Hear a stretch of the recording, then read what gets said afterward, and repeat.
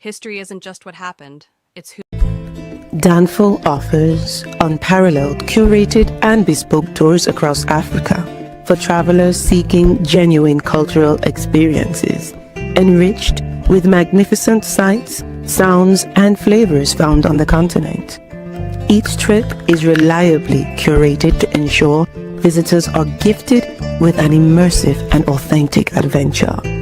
Whether you find yourself strolling along the charming white sand beaches of Sierra Leone, feasting on the mouth-watering delicious foods in Senegal, observing or partaking in various aspects of the Isheshe traditional system Ifa native to Yoruba land, Nigeria, with Danfall, you will rediscover a fulfilling sense of kinship to the true heart of the motherland, her communities. Our core values focus on integrity, quality, safety, and sustainability. We are uniquely committed to assisting with the advancement of African infrastructure and promoting African businesses, so both travelers and the communities they visit receive beneficial exchanges. At Danfall, we understand the importance of connectivity, and we have created a model which provides bespoke experiences based on your passions or hobbies. With us, expect a long-lasting spiritual bond between you and your destinations. Live, love, Danfall, Africa. To learn more, visit danfall.africa.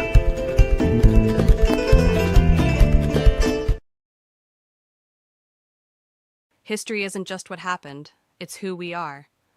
And now you can explore Africa's incredible past like never before. Introducing the new and engaging course catalog from aelearning.net, a world-class provider of interactive e-learning focused on Africa's rich and diverse history. From the rise of ancient Nubia and the power of the Mali Empire, to the architectural wonders of Egypt and the development of astrological knowledge by the Dogon people, each self-paced course brings history to life through stunning visuals, immersive video lessons, and interactive assessments. Designed for students, educators, and lifelong learners around the world, AE Learning's courses make discovering Africa's story easier, deeper, and more engaging than ever. With AE Learning, education meets flexibility. Whether you're a student, teacher, or lifelong learner, our platform gives you access to credible knowledge, rich multimedia lessons, and tools that make learning African history engaging and unforgettable. Join thousands of learners already rediscovering Africa's past and shaping its future. Visit www.aelearning.net today. Start your journey through Africa's past today, because the story of Africa is the story of us all. AE Learning, inspiration through high-quality education.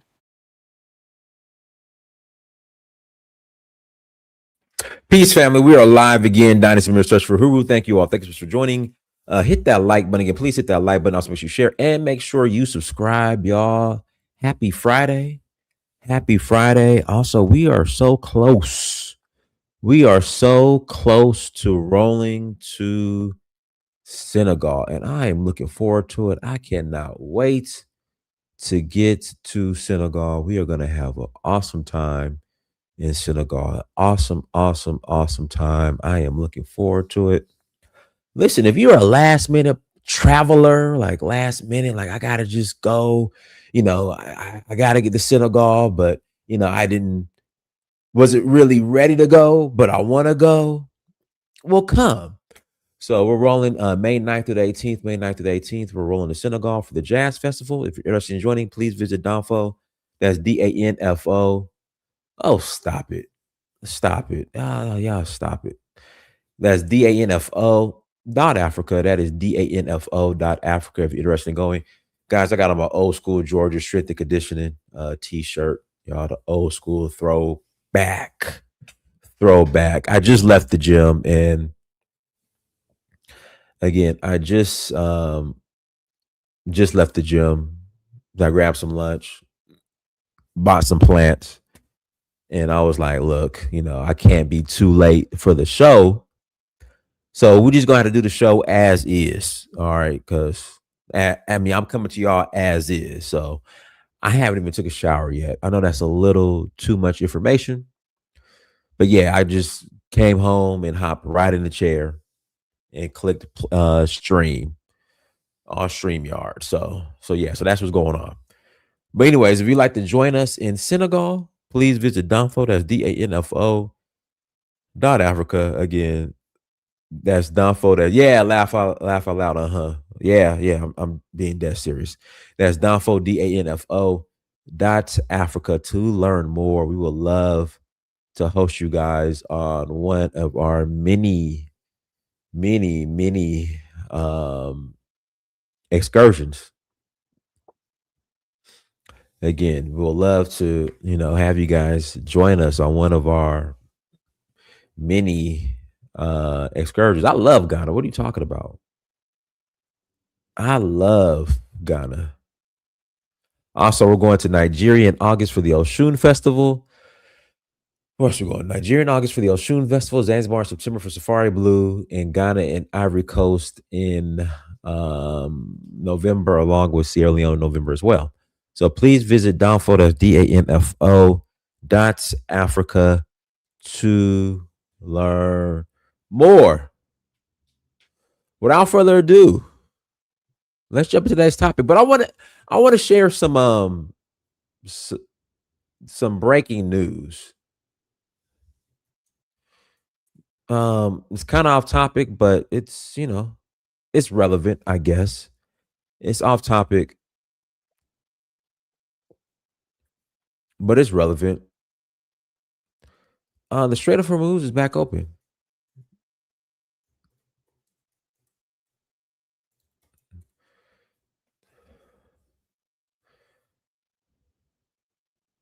The Strait of Hormuz is back open. Just want to go over some current events real quick before we jump into today's topic about what John Muhammad said about Nigerians, which he kind of has a point. I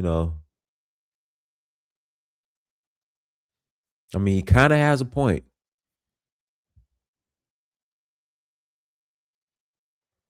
But this is on Al Jazeera.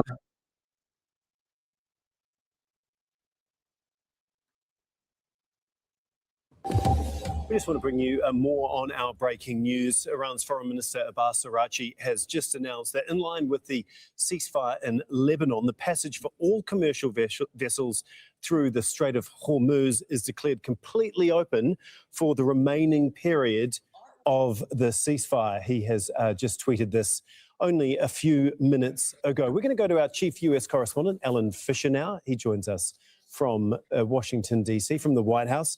Alan, this is a significant moment, isn't it? Especially coming not long after Donald Trump said he was optimistic that talks could potentially resume, Alan. Yeah, I mean, as we've said in the last couple of days, these things tend to be staged. It's you do this, then we do that. If this happens, then that happens. And that could well be what we're seeing, a sequencing of things moving towards more significant talks with Iran. One of Iran's demands was, of course, that there was a ceasefire in Lebanon. The United States may well have said, and we've nothing to back this up, but certainly if you read the tea leaves, it suggests, look, if we get the ceasefire in Lebanon, then we open up the Strait of Hormuz. The big question mark over all of this, of course, is what America does next, because they have the blockade of Iranian ports. They've said that nothing is coming in or coming out. They've interdicted a number of vessels that have already made that journey. They have stopped a couple of oil tankers that were coming out of Iran in the last 24 hours. So what do they do next? Is this part of the sequencing, or does that stay in place because they believe that's an important pressure point for Iran and also for those who support Iran or do business with Iran, the likes of China, to get them to a negotiating table and then to deliver on a peace deal? Now, I don't think there's any issue with getting Iran to the negotiating table. It's what's actually agreed when they get there. and whether or not they are actually open to some of the US demands. But clearly, the US has been open to what Iran has been saying, because they have said, look, we want a ceasefire in Lebanon as part of this. That has been delivered by and large. But then the next step, obviously, was you open up the Strait of Hormuz. We might be reading too much into this. All right, so that's that. Let's see here. Let's get into John Muhammad, what he said, what he had to say about Nigerians, which I mean he kind of has a point. He kind of has a point.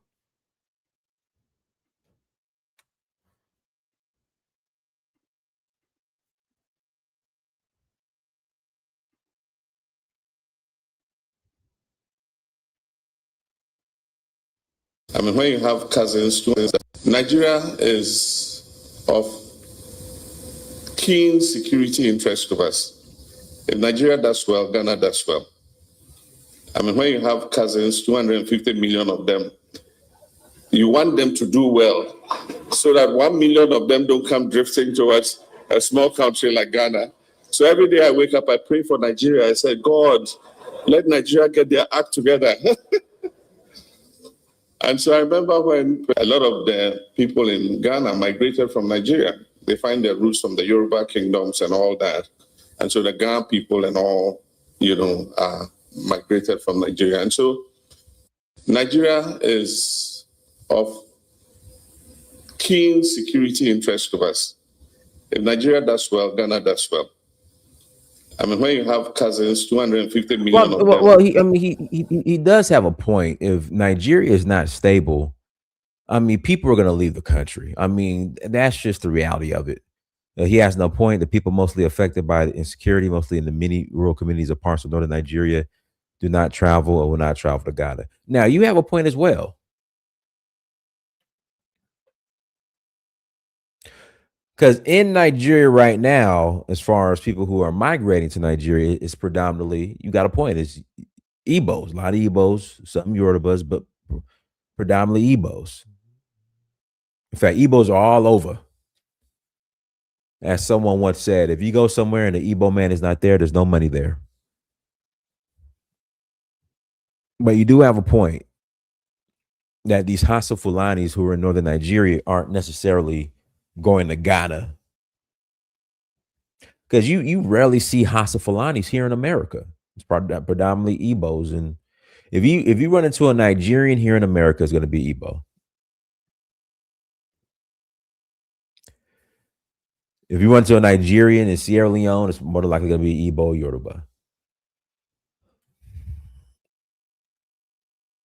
So he has a point. Right, you're right. It's the Southerners who do migrate. You do have a point. And I would say they're probably least affected by what's going on. I'm gonna write a article on this. As of right now, you guys could disagree.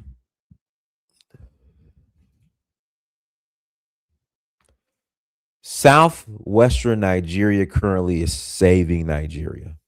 You can say the Southwest and the South. They are saving Nigeria.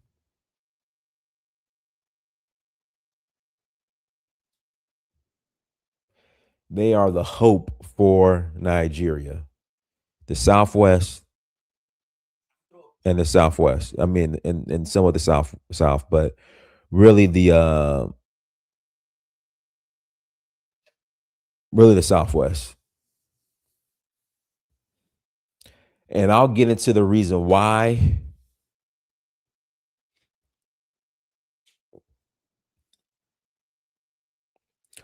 The Southwest is really the shining light. There we go.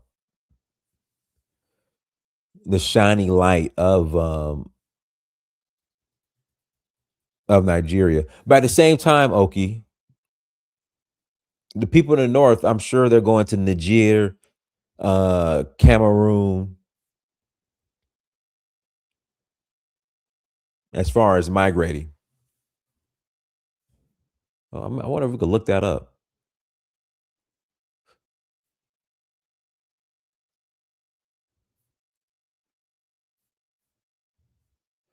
But I'll put the link in the chat room. If you want to call in and add to the conversation, you're more than welcome to call in and add to the convo. I will put the link in the chat room.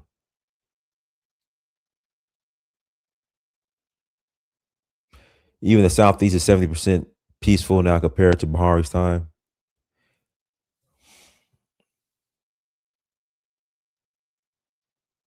Okay, since Nnamdi Kanu and Simon Ekpa have been arrested.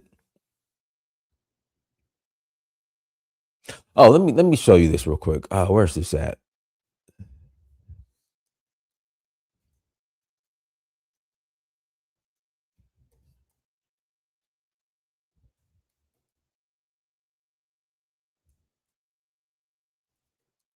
Have you guys seen this jihadi rehabilitation program for the Nigerian jihadists?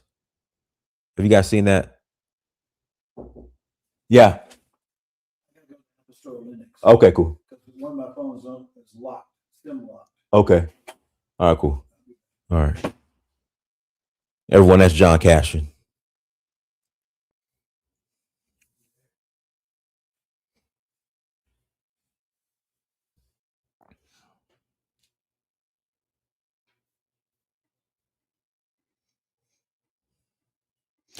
Yeah, I don't know if you guys know about this jihadist rehabilitation program they have in Nigeria. Are you guys familiar with it? For the forgiving terrorists? Like, they really have one. They have a rehabilitation program for them. And I think they just took, they just had a graduation ceremony for like, here we go right here.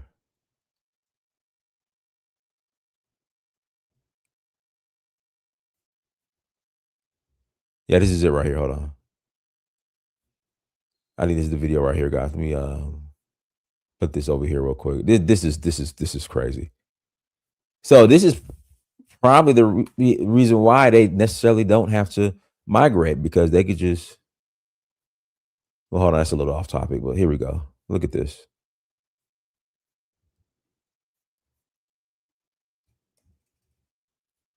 No sound.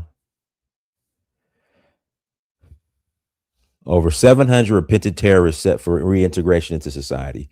This is embarrassing. Did they serve any type of prison time at all, or?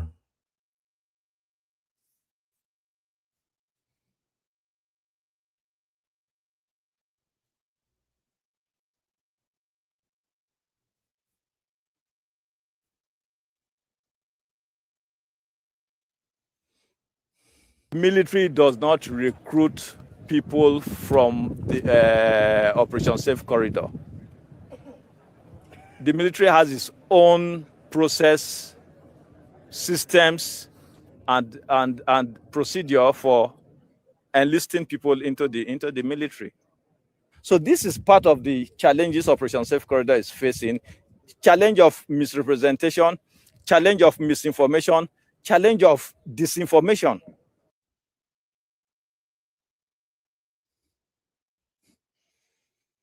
Cashinova, go ahead. Peace. How you doing, Dynast? I'm good. How are you? I'm well. Thanks for asking. I don't know if you saw my in the comment section. My wife hate Ghana, bro. You said what? My wife thinks you hate Ghana. I don't. I love Ghana. Why would I hate Ghana? Yeah, she was like, every time she hear you talking about Ghana, it's always something unfavorable. I'm like, Dinah has got like an objective, view on it. No, I like Ghana. I like Ghana. Yeah, you're gonna have to convince her. But as far as what the president said, there's some validity to it. I think they got bigger fish to be frying than to be worrying about Nigerians coming and overpopulating Ghana, though. You know what I'm saying? Like, they got a real bad illegal mining problem over there. Galamsey, they call it. and it's really polluting all of the water bodies. So like a lot of people got like lead and arsenic, and like these defects are starting to show in like babies that are being born in these areas. So I think that's much more of a serious problem for the president to be talking about. But like it seems like Ghana, like every president they have, is that they get goofier and goofier. Like he seemed to be okay when he first got in there, but now it's like, like what you doing? Like what's the end game?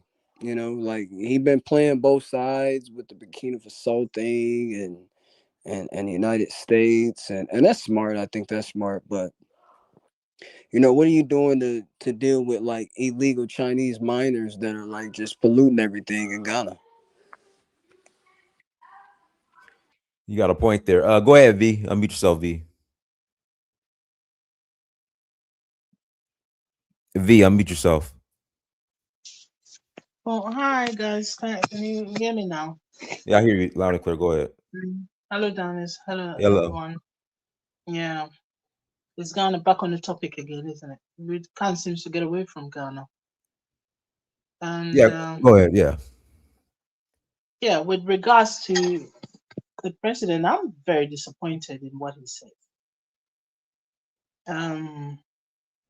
You have a problem in your country, and it is something that they need to deal with. For him coming there to say, "Oh, I'm praying for Nigeria to get better," praying for what? Why do you need to pray for? Take effective measures that will protect yourself and your people, and let Nigeria worry about themselves. I just don't get our leaders now. He's all over the place. Yeah, we have many, many problems in the country. Since he came in, a lot of things have exploded and it's getting out of hand regarding the illegal mining.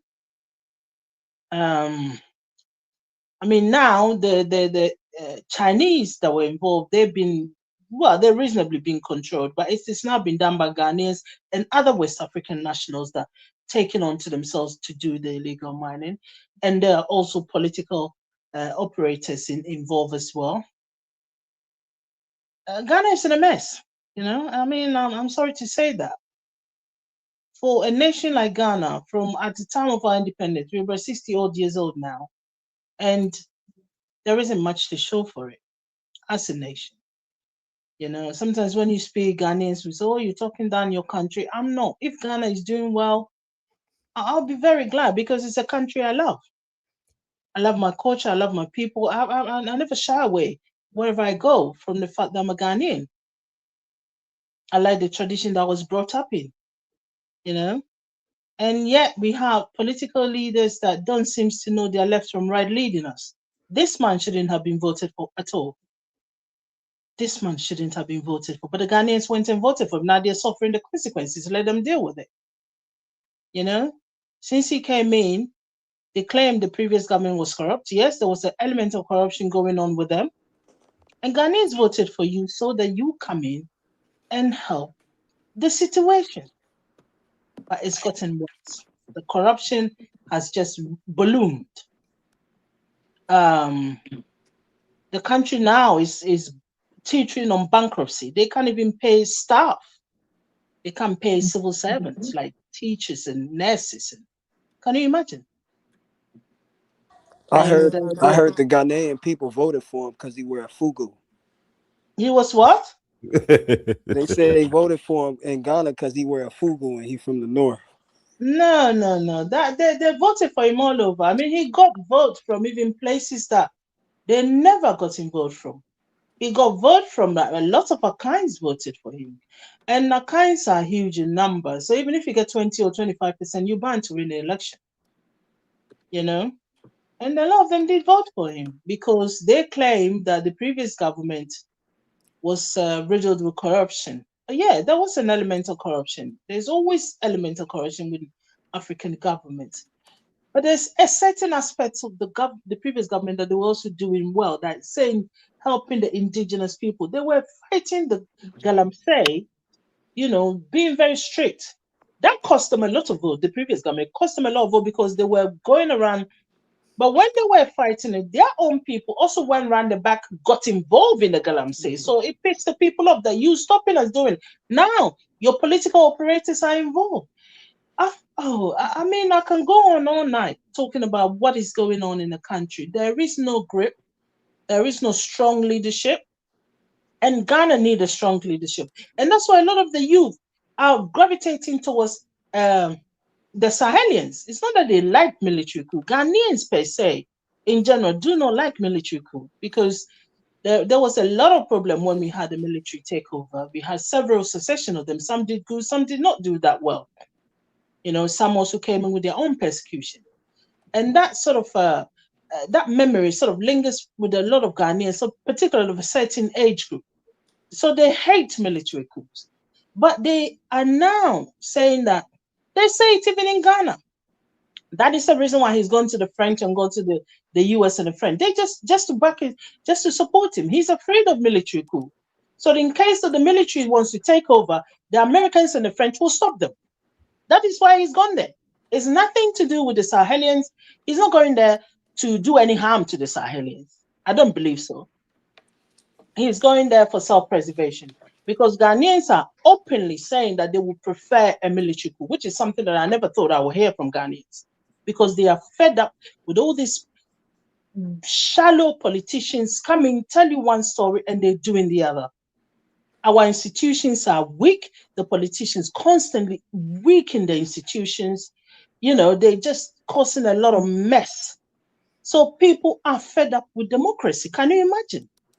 Something that gives you opportunity, because they came in, they told such a really fantastic story. Oh, I've been here before. I know what happened. These people that you got in, they're terrible. They're the worst of the worst. I'm going to come in, do better. I'm going to make sure I bring in employment. I'm going to stop the Galamsey. I'm going to do. He said a lot of things because I was there during the time they were having the election.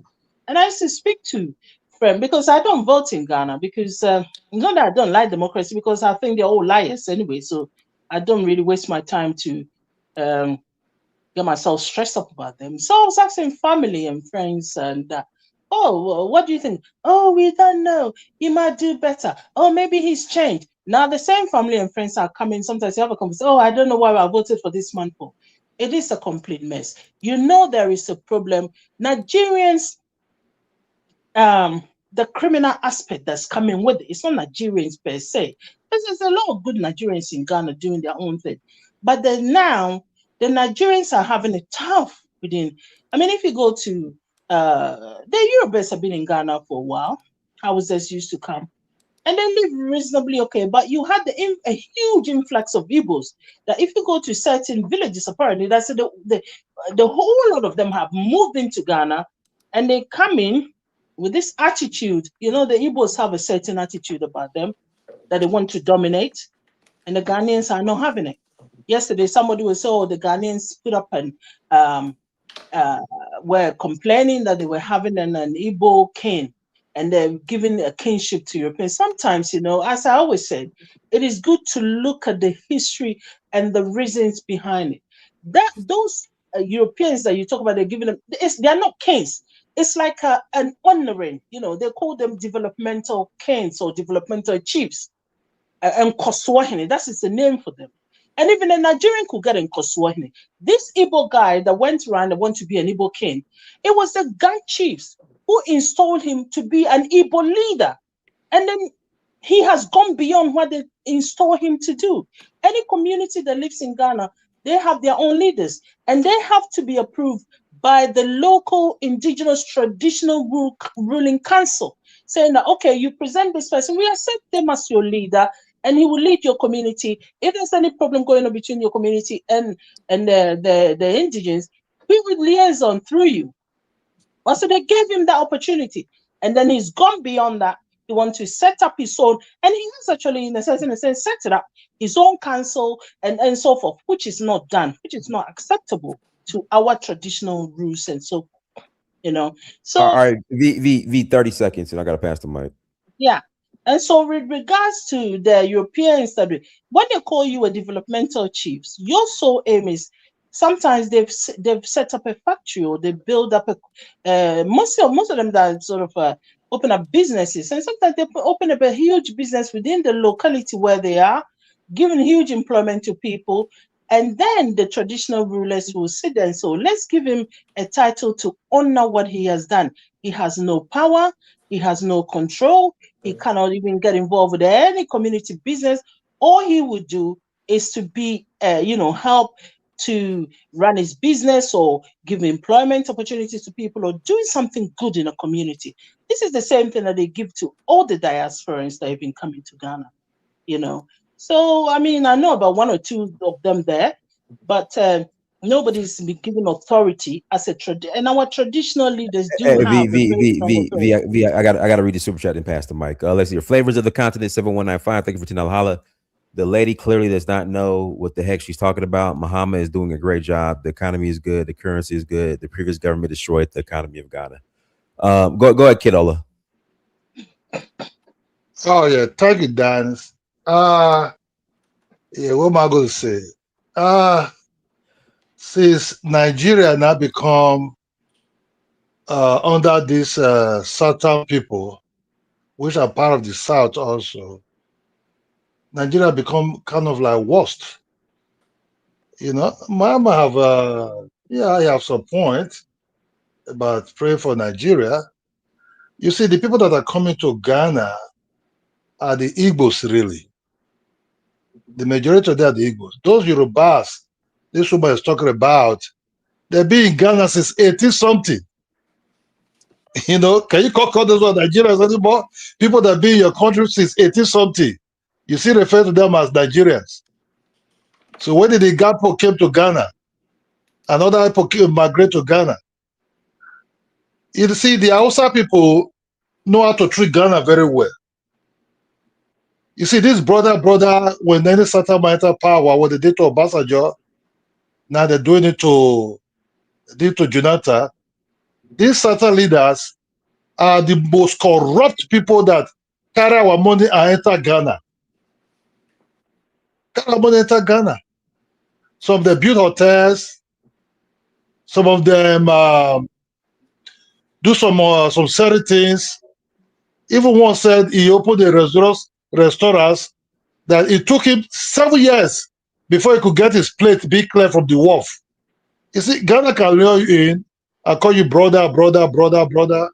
Oh, you know what, brother? They deal with you. Not today.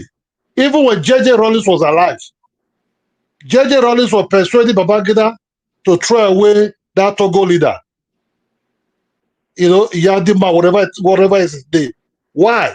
He says disturbing him anytime he's coming to Nigeria by car. What you see in Nigeria now is a big time corrupt people. With corruption, you have disaster. You understand me? I pray for another leader to come to Nigeria one day. Babangida, why did they hear this border of 18 when they put that border boundary between Ghana and Nigeria? You understand me? And this so-called border of 18 in so-called is only when you Nigeria open pocket. But the Ghanaians, they say Nigeria never borrowed the money when they could not go to IMF.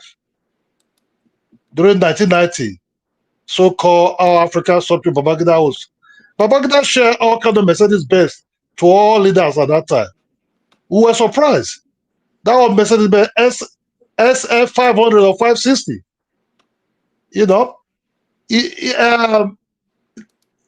Going to Ghana is not outside that is going to Ghana. Is this Igbos? This lady is not talking about these Igbos who are stationed in Ghana, demarketing Nigeria. If you go to Ghana, you see a lot of Nigerians there. Oh, you are good Nigeria. Oh, you are good this. Oh, you are good that. But you can't handle the moment those people criticize them, fuck out of our country. You know what I mean? The Yorubas are the one that drove Ghana out of Nigeria. Not other people. It's the Yorubas in Lagos that said Ghana must go. Not even deep to the Benin, to the Port Harcourt people, all those ones. We never know people living in Ghana because some of these Ghanaians married to our Nigerian women. They were staying there. In Lagos, they didn't have to leave. That's why they could walk to the border and put them on the tree. But a Ghana person will never talk about 1960 something when they dropped Nigeria out the first time under the Civil War. How about 1950 something? Even before Ghana independence. Who are these people doing this thing? The most people that hate Nigerians are the Accra people, the so-called Ashanti. Not the other ones, not the gas. You know? So I'm not going to talk about Ghana. It's Nigeria that have to solve their problem. If by the grace of God, let us bounce back again, this corruption can be contained. Nothing that goes up, anything that goes up will surely come down one day.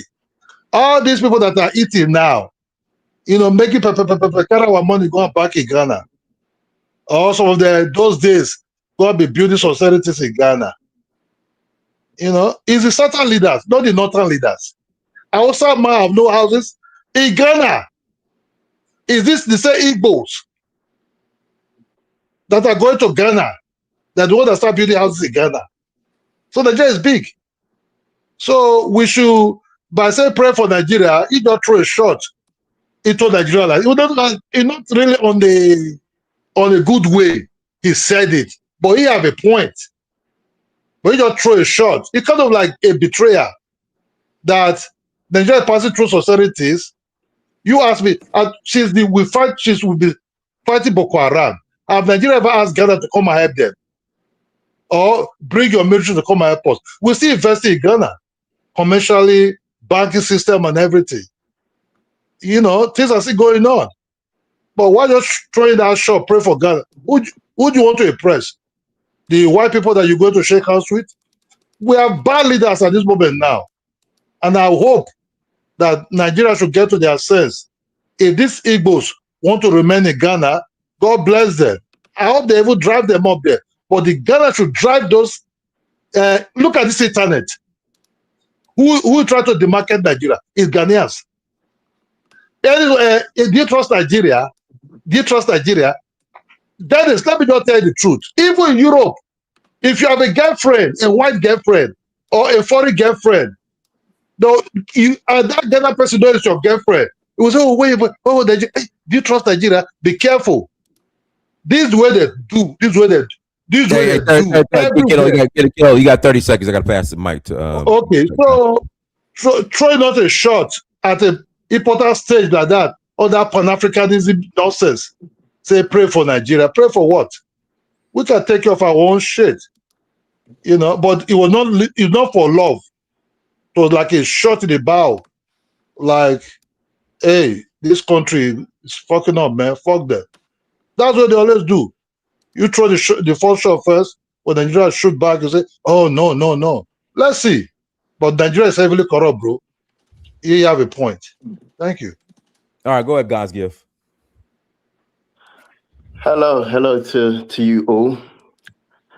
So what I wanna say in regards to what the Ghana government said about Nigeria.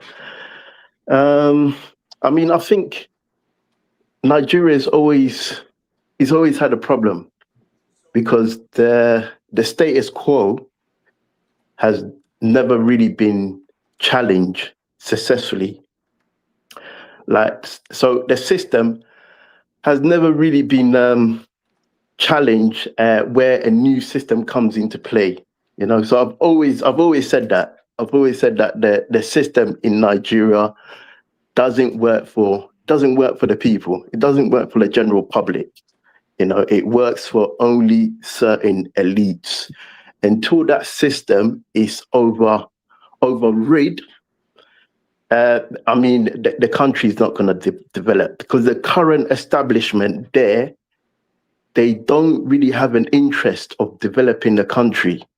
You see, so that's where the problem comes in as well. You know, that's where you get all this migration and, you know, a lot of people from Nigeria are trying to escape. So I think that, you know, that's something that needs to happen. You know, it needs to happen just like Burkina Faso. that needs to happen. It needs to come a time where the people have to, have that uprising, to take back their sovereignty, because you can tell that the country is not sovereign. They don't have their full sovereignty. There's external forces in the background, which is meddling in and hindering the country from progressing. So I think that's what Nigeria needs to do. That's what they need to do, in order to move forward.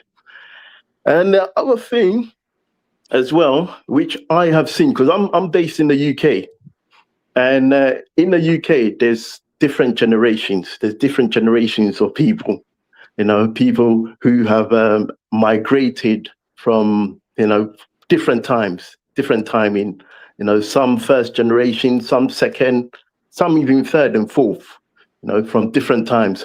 But what I find is that when Nigerians, especially Nigerians, when they travel to different countries, sometimes their presence, their influence, like overrides the current establishment. Because sometimes, you go into a certain place and there's already a establishment, there's already like a setup there. And I think Nigerians are very, obviously, how can I put it? They're very influential, So sometimes they tend to take over the system, the current system, which in terms causes conflict. It causes conflict with the current establishment that is already in place. Because you've got people in certain places, they've been living there for obviously generations. They've got some, they've got some lineage, and for a next establishment to come on top, that's only going to cause conflict. So that's what we're seeing, around in certain places where Nigerians have immigrated to. That's the problem right there. And it's happening in a lot of places, South Africa, you go to UK, you go to the States as well, So sometimes I think what needs to happen is that when Nigerians travel out, sometimes I think it's best just to take a step back and sometimes be an observer, just observe. It's not everywhere that you have to overpower and override and try and try and be the boss or try and take over the whole establishment. Sometimes you just have to sit back and just take in pointers and just learn. There's a lot that you can get. Sometimes you benefit more from just staying on the sideline and just learning and just picking up stuff. But yeah, unfortunately, that's not what's happening. And from that, there's a lot of uprisings and a lot of disparities, with Nigerians and other local indigenous, populations, which is causing the conflict. That's why, all this reputation is coming out. Coming out with Nigerians, and there's a lot of word going around because it's the same patterns. But yeah, I think that's what Nigerians need to do, in order to move forward. So yeah. All right, go ahead, CD. Unmute yourself, CD. Hey guys, this is everybody. Yeah, my view on both Nigeria and how you doing, Africa? How you doing, Dennis? So my view on Thank you. yeah, man. So my view on both Nigeria and Ghana, I like the attitude of Nigerians, right? Because for some other reason, I would like someone to be truthful to me than backstabbing. I think Ghanaians, they are quick on backstabbing people and laugh in your face. And that's the issue that I have with Ghanaians. Nigerians, you will say they are loud, they are arrogant, but they will always tell you how they feel about you. I have no nothing against Nigerians. I have nothing against Ghanaians. They both are my friends in New York City. I went to the same school with them. But sometimes I like the attitude of Nigerians. Uh, they don't they don't actually believe in backstabbing somehow. They are always truthful when it comes down to expressing their feeling. Whereas in the case of Ghanaians, you know, they are almost like a snake in the grass, you know. It's very hard for you to know how they feel about you, you know. The only problem in Nigeria is once they get it right, because they have all the means to get it right in terms of the resources that they have or with their population. I think once they get it right, the other the other rest of Africa will get it right, you know, because they are the biggest black nation, so far, and we're all praying that it should get it right. And people, yeah, they have Nigeria that have, commit crime. We know that very well. But at the same time, they have more productive Nigerians, because I went to school with both of them. Ghanaians, yes, same as Ghanaians, they have a lot of smart Ghanaians that I'm friendly with in New York. But dealing with both of them, I'm more comfortable with Nigerians than Ghanaians, you know. Uh, Someone was talking about the leadership in Ghana. I think uh, John Mahama seems to be doing fine when you look at it economically. When you look at the prospect that he have made so far, Ghana CD before he could come into power, Ghana CD was 15 to a dollar. Right now, it's like 10 Ghana CD to a dollar. So he have fight inflation a lot. Before he could come, Ghana CD was in free fall, right? So the other guy, I think he was more corrupt, or what his name, or Nana Kufu-Addo. He was very, very corrupt. Even in the beginning of this year, they arrested his finance minister that right now is serving extradition proceeding. They have initiated that against him. He was arrested by ICE, but he stole $500 million from the Ghanaian government. That was the finance minister for Nana Kufu-Addo. So I think he was very, very corrupt. He went as far as being statues for himself. I think little Ghanaians went in and destroyed it. So he was more of like a scammer to me, right? So when he come to the US, he see successful black people. You always quote from Peter Tosh that he said, "I don't care where you come from, as long as you are a black man, you are an African." So you always make that quote in terms of attracting successful black people, especially African Americans, but at the same time, they scamming them. But yeah, Nigeria, they just have a bad leader, which is this guy that is in power right now. He's a complete mess. But other than that, if Nigeria can get it right, the entire black will be liberated. But with the price, with the thing that Ghana is Ghana, you can't trust Ghana, even with the leadership, if the country as a whole, they play games with other Africans, and you don't even know which side they are really taking, right? So that's the only issue that I have with the Ghanaians. You can't trust them. The leadership, even I always mention it, even the slave origin, that should not be a place for Ghana to be making money out of, especially overcharging black people from here. That's a big shame. And when they initiated the slavery, everything that we black people went through as a 30, slave, 30 seconds. CD, 30 seconds. Go ahead. yeah, it was initiated by Ghanaians. So it's just a shame that they have to exploit the other black people to be making money out of them. But other than that, I think John Mahama is far better than this Nana Akufo-Addo.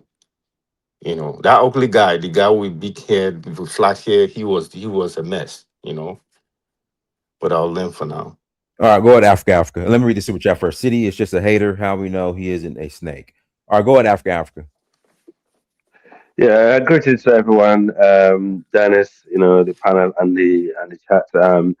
I hope the body fine. First of all, I think in terms of the Ghanaian and Nigerian situation, it seems to be a very long historical issue going on between the two nations. Ghana must go, Nigeria must go, and stuff like that.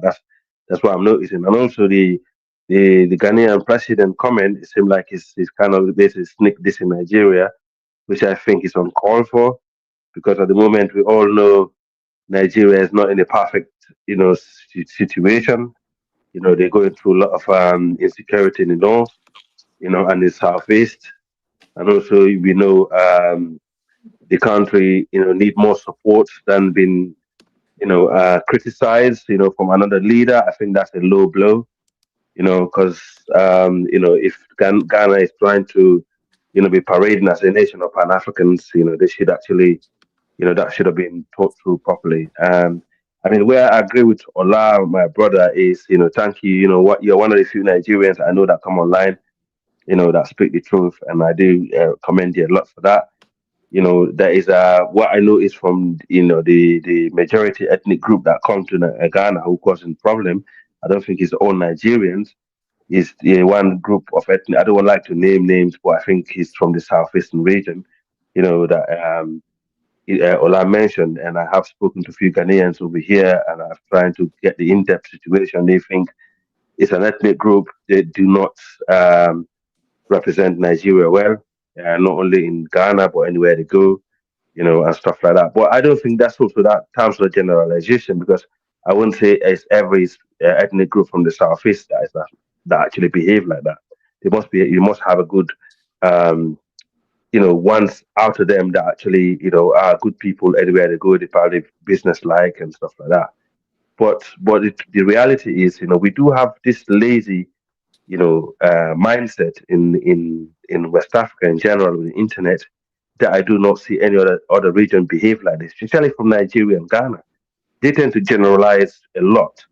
They will actually generalize the entire ethnic group or entire nation. So the reality is Ghana is, Nigeria is suffering from the same thing that they're doing to other ethnic group and other people. So you can see that manifest globally. The way they demonize another ethnic group in their nation is the same way they've been demonized by the rest of the world. It's absolutely disgusting. It's kind of manifest on lack of patriotism, in the people. And this is the medicine that you get as a nation if you don't come together, and actually protect yourself from, the things that you do on the internet. Stop generalizing an ethnic group or a religion or a region. People look at you the same, regardless. If you have a group of black people who will actually go out there and disrespect their skin color, don't expect other people to respect you. They wouldn't do it, because you're actually selling yourself. How you sell yourself, that's how the world will buy you. If you sell yourself cheap, they will buy you cheap. Okay. So as I said the other day, people need to start valuing themselves. Stop the generalization of other ethnic group, so people will not generalize you. Because not all Nigerians are bad, not all Ghanaians are bad. They're good and bad in all people. So, this is a problem, and it's no good to see another African leader speaking ill of another nation that are neighbors, in such way, because in this could actually spill some diplomatic issue, you know, and there are nations there are people that live between the two countries. There must be Ghanaians who live in Nigeria making money. We all know that Nigerians who are heavily investing in Ghana, who are helping Ghanaians economy build themselves and helping Ghanaian people and employing them. So this is the problem. We need to leave these lazy terms of generalization. If we cannot speak in a certain way, don't say at all. And I think this is how we manage it in the far west. I must give ourselves credit. Countries like Sierra Leone, Guinea, Senegal, Ivory Coast. We actually, Gambia and so on. We tend to be more civilized when we deal with and how we speak about other people. We don't generalize. If it's an ethnic group, we'll not say the entire ethnic group is a terrorist or there's thieves or they come in to steal land. We'll say certain type of people. And I think it's part of civilization. If people are not civilized, okay, they will not be able to live in peace with their differences. Because if a nation is not civilized at all, whether how it doesn't matter how educated you are, if your people are not civilized, you will struggle to live with the differences. And this is what manifests right here in our eyes, in Africa and the world. And anywhere some of these people go, no matter how ill they speak of others, you see how they get treated from others. Learn the lessons. We know we're not perfect people, but there's a room, there's room for improvement. I pass the mic for that, Dennis. Thank you. All right, guys, hit Yeah, the I like just button. wanted to. Please hit that like button again. Once again, please hit that like button. Passport King, go ahead. Good afternoon, everyone. Can you hear me? Yes. Clearly. Thank you. Wow, my. This gotta be a deception. This can't be happening. This gotta be some evil plot by the white man. You mean to tell me that pan-Africanism in Africa is not working the way that, forgive me for interjecting, foundational Black Americans, that we've been told we divisive? We've been told y'all all hold hands in the motherland. Y'all dance around to the beats of the Congo drums. You eat your jollof rice and everything is good. What am I hearing here? And Ghana's president, the most honorable man on earth, who was fighting for us poor, lowly, formerly known Negroes in America for our reparations, because we can't do it ourselves, and we was gaslighted, telling us we need to fall back because Ghana knows better. Well, then, doesn't Ghana's president know better about Nigeria? Isn't he all-knowing and omniscient? What's going on here? This can't be right. Oh my God. Well, the Gods Must Be Crazy Part 3. You see, I thought there was only 2 parts to that movie. This gotta be the Gods Must Be Crazy Part 3. What is going on here? And I'm hearing other people mention Black in reference to Africans. Since when are y'all Black? Y'all about your tribes. So when you need to try to save face or put blame, now you're Black when convenient. Oh my God. Black is a Dynasty, my terminology blood given pressure, I don't know by if the my blood Western pressure is man. high or It's a if I'm just like terminology. laughing to the point where I'm about to pass out because this is Did you read hysterical. what we're talking But about here? It looked like you're off topic. Yeah, man, you're Hey, getting guys, off topic, guys, bro. I'm off topic. don't interrupt him. Don't interrupt him. Go ahead, Passport Wait a King. minute. Bro. Wait a minute. I'm off topic. So am I Yeah. misunderstanding that Ghanaians and Nigerians are proverbially at each other's throat? Because No, what? that's not that. That's not. No, Not that's that not way, true. man. You got it wrong, bro. That's You not got it true. wrong. Okay. So you have Because to You that's why got explain it you have to to wrong. me. read before you I guess come after because people. so it's because I'm a Blood, you know foundational Black something? Black is a American and I don't terminology have your that has high been African adopted. Wakanda IQ. I can't understand this situation. So Because you you know can't what? read. You can't I read. can't. Bro, read in We between the can't. lines. We Read in can't between the read. lines, dude. Oh, okay. So tell me, what mystical fruit from Africa do I need to eat so I can get a super high IQ like No, y'all? no, So I you can don't. You don't understand what's have to going eat on. anything. But in Look, reality, is Really? before you come, you have to know what we're talking about. But hold on. you did not. Hold on. And this In is the every only language that family. you So understand, right? This is what the you only trying to language tell that me? you Black speak. Americans are Guys, kumbaya? don't hold on. This Don't misun- interrupt him. Don't interrupt him. Go ahead, Passport King. Don't you have conflict between Oh man, dude. Go ahead, Sharing Passport with. King. Explain to me. Well, Passport King, I couldn't hear you because everybody's interrupting you. Go ahead. No, sir. I was saying once again. Well, since I'm having trouble not understanding, because I know these Africans think they got such high IQs, why don't y'all break it down simply? Explain to me, what am I misunderstanding between this dispute between Ghana and Nigeria, where normally they hold hands and sing Kumbaya and dance to the Congo beat together? Explain it to me. What don't you get? That's what I'm saying. You have to read before you come over here What because you don't even know what we're talking about. There's no fight between Ghanaians and Nigerians. Did you read what we're talking about? So you have to know the topic because but your whole perception is just to come after Africans, right? This is why your whole perception was. But you don't even understand what we're talking about. There's no fight between Nigerians and Well, you Ghanaians, just come up with a but lot of we garbage. trying to analyze the situation. But you did not read, you just came. And FBA, nobody is talking about FBA here. So what is your No, problem? I only mentioned FBA We're just talking Can about the can you issues with pass the one mic, Nigeria that brother? time. I needs to be focused on fixed. That's it. Africa and Ghana. Where's the okay? So let me rephrase. Since y'all okay, so I Because get the this is the problem only is language you y'all can have such speak. high IQs I you don't can't have to understand. explain this to Hold you. on. I get it Right? now. Y'all have such high IQs you can't understand simple Why questions. are you saying people Explain to got me such high what's going IQs? Who on said now that? in this. Hold on. Explain. Why you keep on like Let's bringing make it words That's in, simple like because y'all cutting got in with such high words? that's IQ. a What's self-defeat. going That's on a between? self-defeat. Hold on. What's going on Yeah, between But Ghana you're and being let him finish. deceptive, man. You're being That deceptive. Guys, let him just land. This, Let him what's just this going finish on his guy is speech. between limited that on the dynamics situation? between African nations and African people, so you can't really add to the conversation. He only wants to know Oh, what the divide and the fight is. Sit Yeah, back, he only bro. wants to You're put It's not in not Africans about. front down. It's on not this even a You topic. fight. It's not understand, a you fight. see Passport that King? It's fine. We got you. We got you, need to Passport King. stay out of Just finish, Africa bro. business. We got you. Got Excuse you. me. Hold on. Sit back, man. Hold tight, bro. Did Elvis Hold just tight. say Hold that tight. non-Africans need to stay out of African business? Did you just say that, Elvis, or did my No, I said low you're IQ on. misunderstand that? No, I said you're uninformed. What do you know about the history No. between Ghana and Nigeria? Oh, so wait a minute. So now I need to know the entire history You're just of Ghana and uninformed, bro. You don't know Nigeria. anything about it. That's the point that I'm making. Prove me So wrong. you. Bro, Articulate it. why are you being sarcastic? What's So all this now we sarcastic keep moving the behavior? goalposts.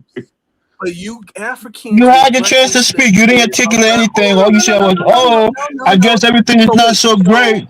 What type of so analysis is that? Elvis, anyone who's not let an him speak. Let African him needs speak. to know the Please let him entire finish. history of any African country from beginning to end, or they shouldn't speak, right? That's not what That I what you just said, man. said. It sounds like that's what you're saying. So Yo, that's what speak Oh, you're your saying. What piece, are you man. saying, Speak your Elvis? piece. No. What are you saying, Elvis? Or what press I'm your saying hit. is, Just press your I hit. listened to you, right? Hold on, he's Elvis, asking me a question. He's speak asking your me a question. piece. Hold on for a Yeah. second. What's the question? When What's I the listened to question? your submission, what you said was that it's not Yeah. surprising. You're being sarcastic. It's not surprising that there are conflict No, it's not between sarcastic. African people or African nation, It sounds like you're and why gaslighting aren't me. they so close together and all of this. What we're discussing here is what the president of Ghana said in regards to Nigeria has to figure things out because he doesn't want Nigerians becoming refugees flocking into Ghana. That's what the conversation is about.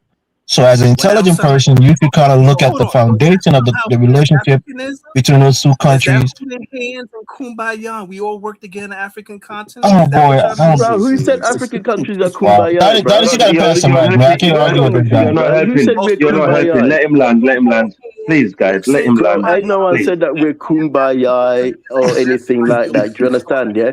What we're trying to Just let get him at. land, please. I'm begging you guys. Let the guy land, please, But because Africa, what we've this got guy to He's get already saying heading. right landed. now? Daddy's got to pass the mic so I can get my time to speak on it. I don't know if Daddy's in the So back. now, because I asked simple, straightforward questions that are answering, y'all want to gaslight, you want to claim and don't know the entire I'm into history a of Africa. conversation with knowledge, so Hold on. you can You add to the guys are people conversation. who even know Not the coming here and entire asking questions. If you don't know about the topic, stay off the panel. If you're not smart enough on the topic, stay off the panel. Can I Hey, please hey, hey, guy, answer guy, the guy, I got, I got to question? pass the mic. Go ahead, Elvis. All right, thank you, Dynix. Look, I just want to say this, right, and hello to the panel in the chat. The point I was making is about you know the differences in these two countries and what makes Ghana different than Nigeria, for example, right? Like CD was saying, some people think it's xenophobia, some people think it's protectionism, and others would describe it as nationalism, right? Ghana has something going good for them. And when they look across their border to Nigeria, they see a nation that is so great in potential, but then so divided in, whether it's tribal bigotry, whether it's corruption. There's so many things that's limiting Nigeria from reaching its potential.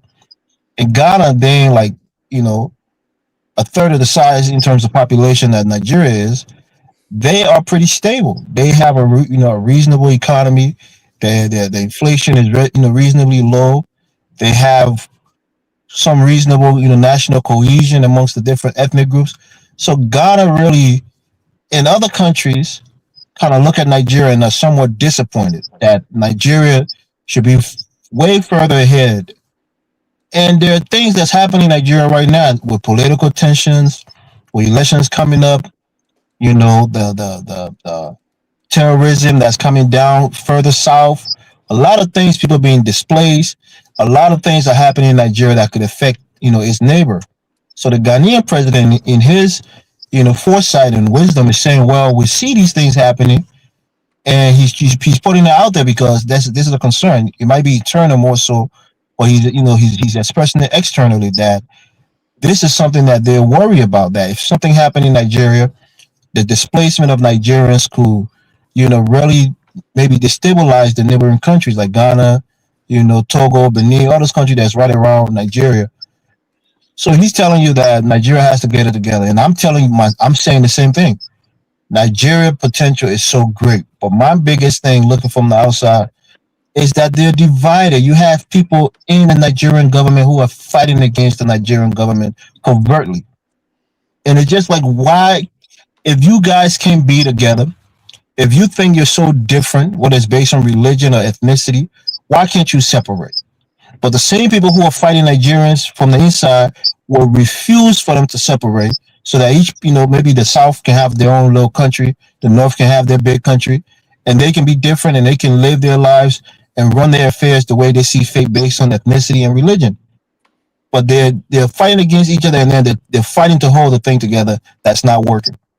So for me, I think it's going to be very difficult for Nigeria to become cohesive again, because there are elements within the country who are very powerful, who are very wealthy, who don't want the stability of that country, to come to fruition. Bro, be quiet for a second. I'm not fighting. We're not here telling you that these countries are fighting each other. We're looking at the social dynamics of these two nations. Just be quiet for a second, bro. Oh boy. That's tribalism. Be quiet, man. It's not a fight between FBAs and Nigerians. I got my 30 seconds or 1 minute. Let me just wrap up. I'll pass the mic. Let me just wrap up, man. But now you want to call it tribalism. See, this is what we mean about Wakanda fantasies. When oh my God. Y'all try to gaslight, move the goalposts, and tap dance. Bro, you would never hear me talking negative. I don't know if you know who I am. I don't know if you really heard me. I don't talk negative about African Americans. You would never hear me saying that. Even sometimes when people are being too negative, I defend African Americans. And you are Caribbean. You have a clear accent. You're not an African American. Stop trying to claim something you're not. Let me finish my point, and then you can tell me later. Were you supposed to receive something? Right. Hold on. CD, you gotta mute your mic, CD. Look, bro, it's not a conversation between me and you. Nigeria is not worried about FBAs, neither is Ghana, right? So relax. When it's an FBA conversation, Donis will make the topic about it. This is not your wheelhouse. It's not your wheelhouse, bro. And I'm 95% sure you're not an FBA. You got some kind of Caribbean in there. But let me just finish my point. My last point here is that. Yeah. My last point here is that. Oh my gosh, bro! What you just said just now is an accent. You heard about the Caribbean man? We hear that Caribbean man. We hear that accent, bro. We hear it. So let me just finish my point. Let him land. Thank you. Yeah, my last. In all fairness, you guys interrupted him also, but please let him land. If you want to interrupt me, fine. Let him do it. I mean, my point here is that. I'm not even interrupted. I was making a point. I'm pointing out what you stated is tribalism, and instead of just simply being an honest man with integrity and saying, yes, that's tribalism, you want to deny it because I was saying. There ain't no tribalism. It's two nations. It's two nations. No, we're talking about the dynamics between Ghana and Nigeria. Okay. I made a comment on what my brother CD said about Ghana being, Let fucking interject, please, because you interrupted. Okay, let me interject. Go ahead. Take some of my time. Interject. What you want to say? My point, Africa, thank you. When he was talking about Nigeria, he described the division. I said, well, isn't that tribalism? And instead of simply saying yes or no, he tried to tap dance around it. This is why various African nations, not just Africa and Ghana. This is why y'all can't get y'all stuff together. Y'all are delusional. Y'all got these fantasies of Wakanda that don't exist. I'll put it to you. Since we want to talk about Ghana and Nigeria, do you know there was some raging fires in Ghana just a few days ago? They don't know how it started. They suspected arson. But let me get to the point. When the fire department showed up, you know what happened? They ran out of water. This is the reality of what goes on in Africa. But then y'all want to get online. Let me ask you a question then, because remember you took my time, right? So let me make my point. You took my time. I'm reclaiming my time. Go ahead. I want you. This is a rhetorical question. I don't even want you to answer it. But again, I don't speak on this, but I'm just going to say this because when people say these things, they don't think about it. African Americans in this country don't run any city. They don't know how to create water that goes into a fire hose that they control and that they maintain in this country. We don't know history. Just be quiet, bro. You had your chance. Just hold on for a second. Yeah. Hold on for a second. Hold on for a second. Don't understand. I mean, you see, that's what I'm saying. This guy wants to be disruptive. I can be disruptive. Let me finish my point. You had your chance. You said what you said. I was quiet. Land. When it comes to running city in this country, right? We're seeing what happened in places like Flint, what happened in places like Gary, Indiana, what happened in Detroit. Even other African Americans would tell you, without the white man, the black man can't survive.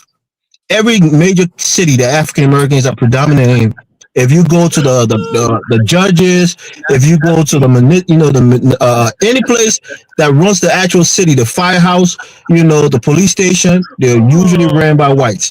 The infrastructure of the cities that you live in is ran by white. If you go to the water plant in any of these cities, it's not black people that are running it, it's white people. So when you try to compare Ghana not having water, show me where African Americans are running a water plant or a water treatment facility and it's all ran by them and they're running the entirety of the city and there's no input from white people at the top of it. You can't show me that. Even the entertainment that they boast about, even the entertainment, who run the entertainment in this country? You talk about black movies, the cameras that black people make movies with, black people don't make it. They don't make anything. Everything that black people use to do anything great in this country, the white man created it. Even the basketball team, they all own white men. They own the industries. They own the. I wouldn't say they created it, but they control a lot of the industry. It's not an argument that you should be making. It's not a point I'm making. Don't make that stupid argument. Let's not distract.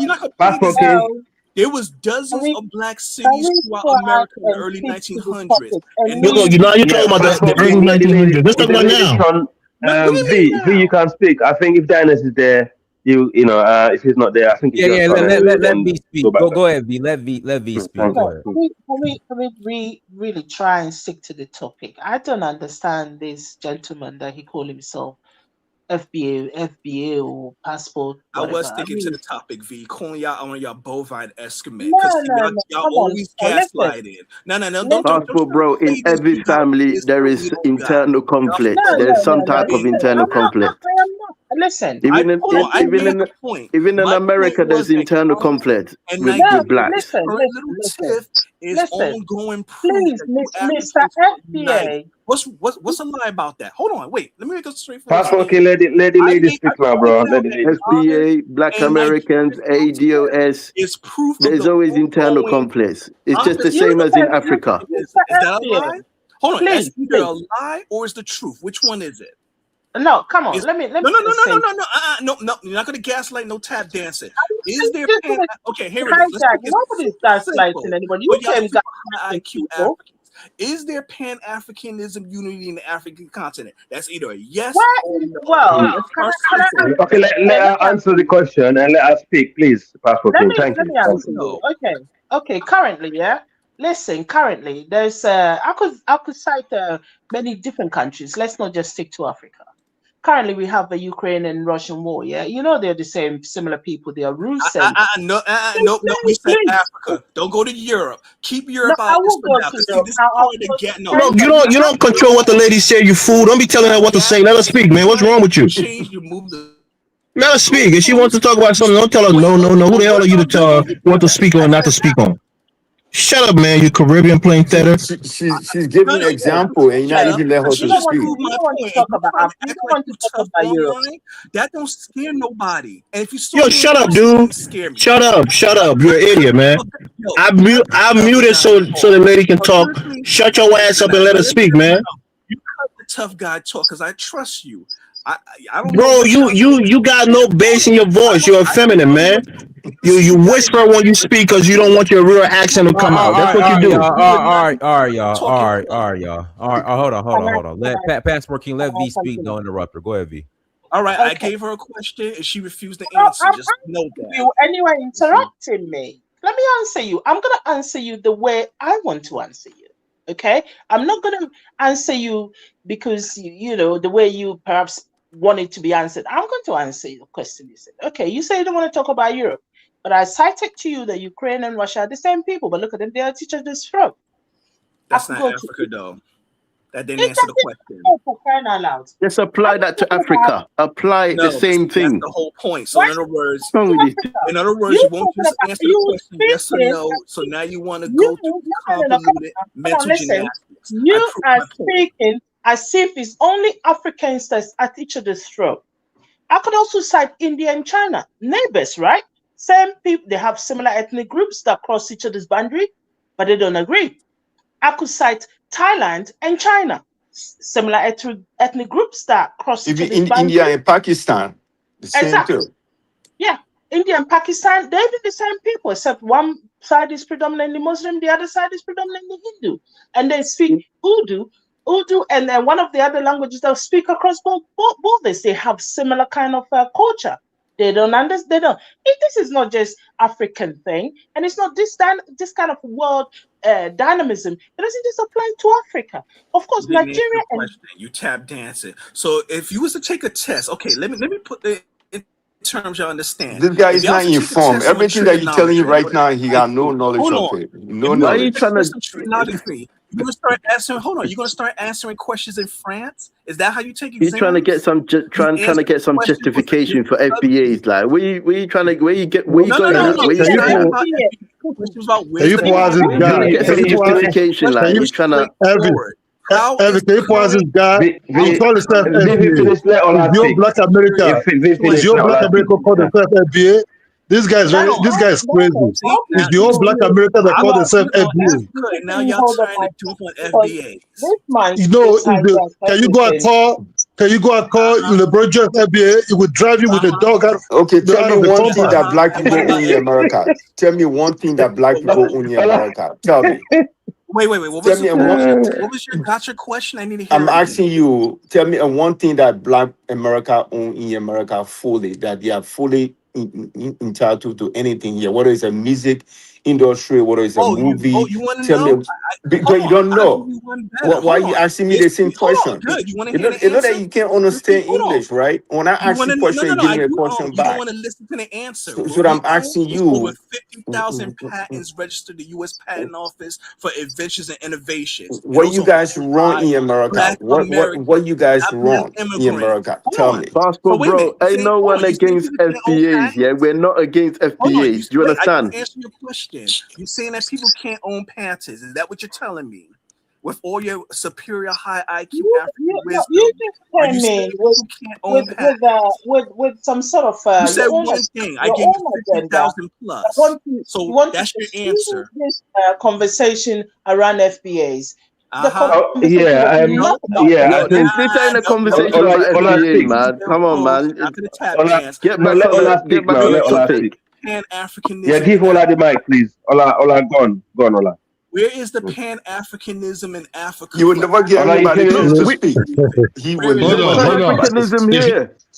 It's my turn. We're all from different regions. There's Pan-African. This is an example of Pan-Africanism. He want to bring. See, with the problem we have in Nigeria, it's not like the divide. It's not about the divide. It's not about the divide. Let me just tell the truth. It's not about the divide.